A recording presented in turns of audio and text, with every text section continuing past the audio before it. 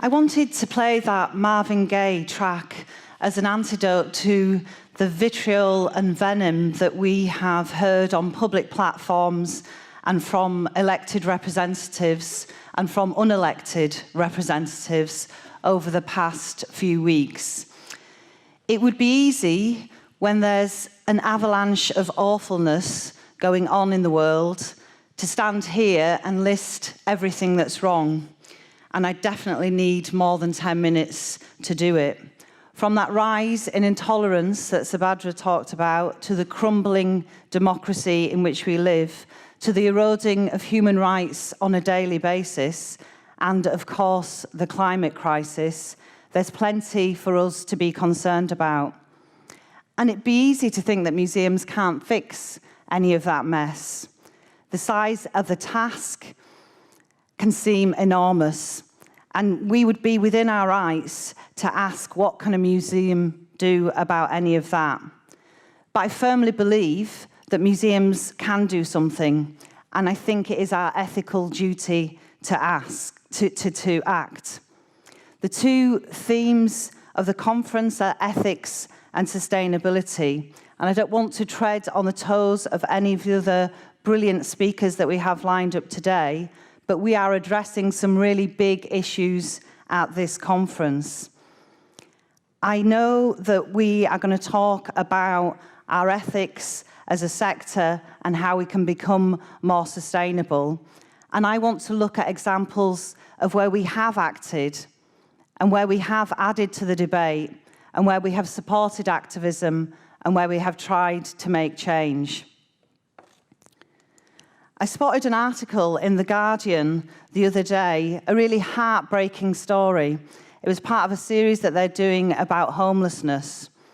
It was a story of Jake Hum, who died this year, aged 23, and he died here in this city, in Brighton, after one of the services that was the only creative outlet that had inspired and encouraged him was shut down. Look the article up. It's an example of meaningful and compassionate journalism, but it's also an example of the gaping holes in the safety net. So what can a museum do in that situation? Well, the Museum of Homelessness, and I declare an interest, I'm a trustee of that charity, has just taken over the Dying Homeless Project, which records death on the streets. The tagline is "Stories, not statistics." And the aim is to create a memorial and a record, but also to campaign for dignity for those that have died and are dying. I know that there are many museums that are practically one of the few civic spaces left standing in their towns and cities. And they are doing what they can to be places of refuge and support for communities and individuals that are marginalised and disregarded. We've been thinking about that theme of ethical and sustainable museums and the climate crisis. Sorry, can I have the next slide? It's not. Thanks. And the climate crisis has been at the forefront of our minds. And in fact, it's interesting, according to the polls, it's at the forefront of the public's concerns more even than Brexit. Dippy, the Natural History Museum's dinosaur cast, is coming to a museum near you, and a climate-inspired die-in might be coming too. So I've been asking the question, what happens when that protest takes place inside the museum? Do we say, move along, there's nothing to see here, nothing got damaged and no one was harmed? Well, the answer to that question, in part, was in the climate strike a couple of weeks ago. I was inspired by the museums that responded to that protest. It turns out we stepped up to the plate. We did something in response. From London to Liverpool, from Cardiff to Aberdeen, every type of museum, from nationals to local authorities to independents and university museums took part. This is Aberdeen University Museum in solidarity with the climate strike, highlighting the birds at risk of extinction in their exhibition of art by the US naturalist John James Audubon. And they drew attention to the work of the activists and the Extinction Rebellion as well. National Museums Wales in Cardiff became the focal point of the strike in the Welsh capital, with thousands of marchers gathering on the steps of the museum for a rally. Ahead of the strike, National Museum Wales became the latest cultural institution to declare a global climate and ecological emergency. And on the day, they brought out their collections and placards in response to the strikers on their steps. In fact, many museums use their displays and their objects in solidarity with the strike. In Manchester, at the Manchester Museum, they covered their T-Rex Stan in a black shroud for the day. At the People's History Museum, they shrouded their Peterloo and protest exhibition, saying their exhibits were on strike for the day in support of those demanding change, under the slogan, "You don't know what you've got till it's gone." In Nottingham, at the Justice Museum, they acted as a starting point for the protest in that city, and also gave hundreds of protesters access to Make It Yours, the space to paint their banners and placards. And in terms of legacy, the strike will shape and inform a co-produced exhibition at the museum next year. And at the Royal Albert Memorial Museum, they used their natural history collection to show support and to make the point. I've been inspired by all those examples of ethical activism in favour of saving the planet.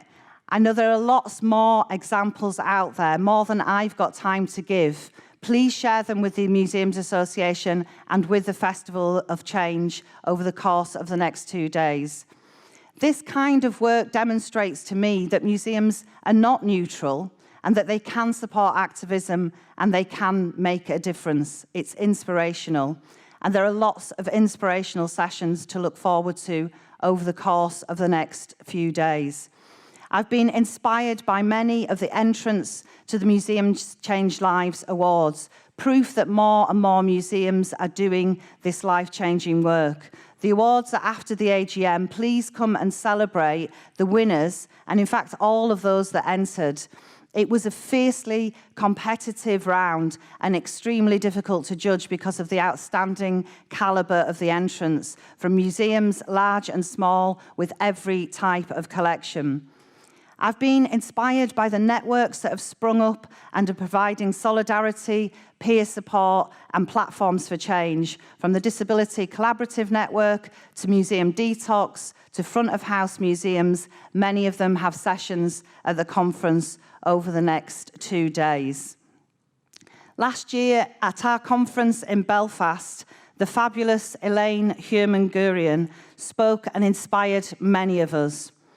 And I was recently privileged to share a platform with her at a cultural rights and leadership event in Cardiff. She talked then about museums as convening and healing spaces at a time when proto-fascism is on the rise in her country. And I think we need those convening and healing spaces now more than ever.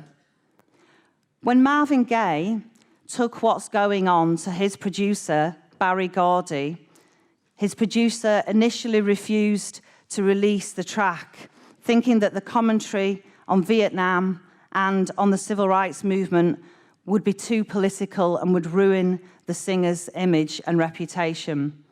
Of course, Marvin Gaye protested, and it went on to sell millions. So I want to finish with another track, one that's quite different, but that sums up the moment. It's a mix by Brighton's very own Fatboy Slim and Greta.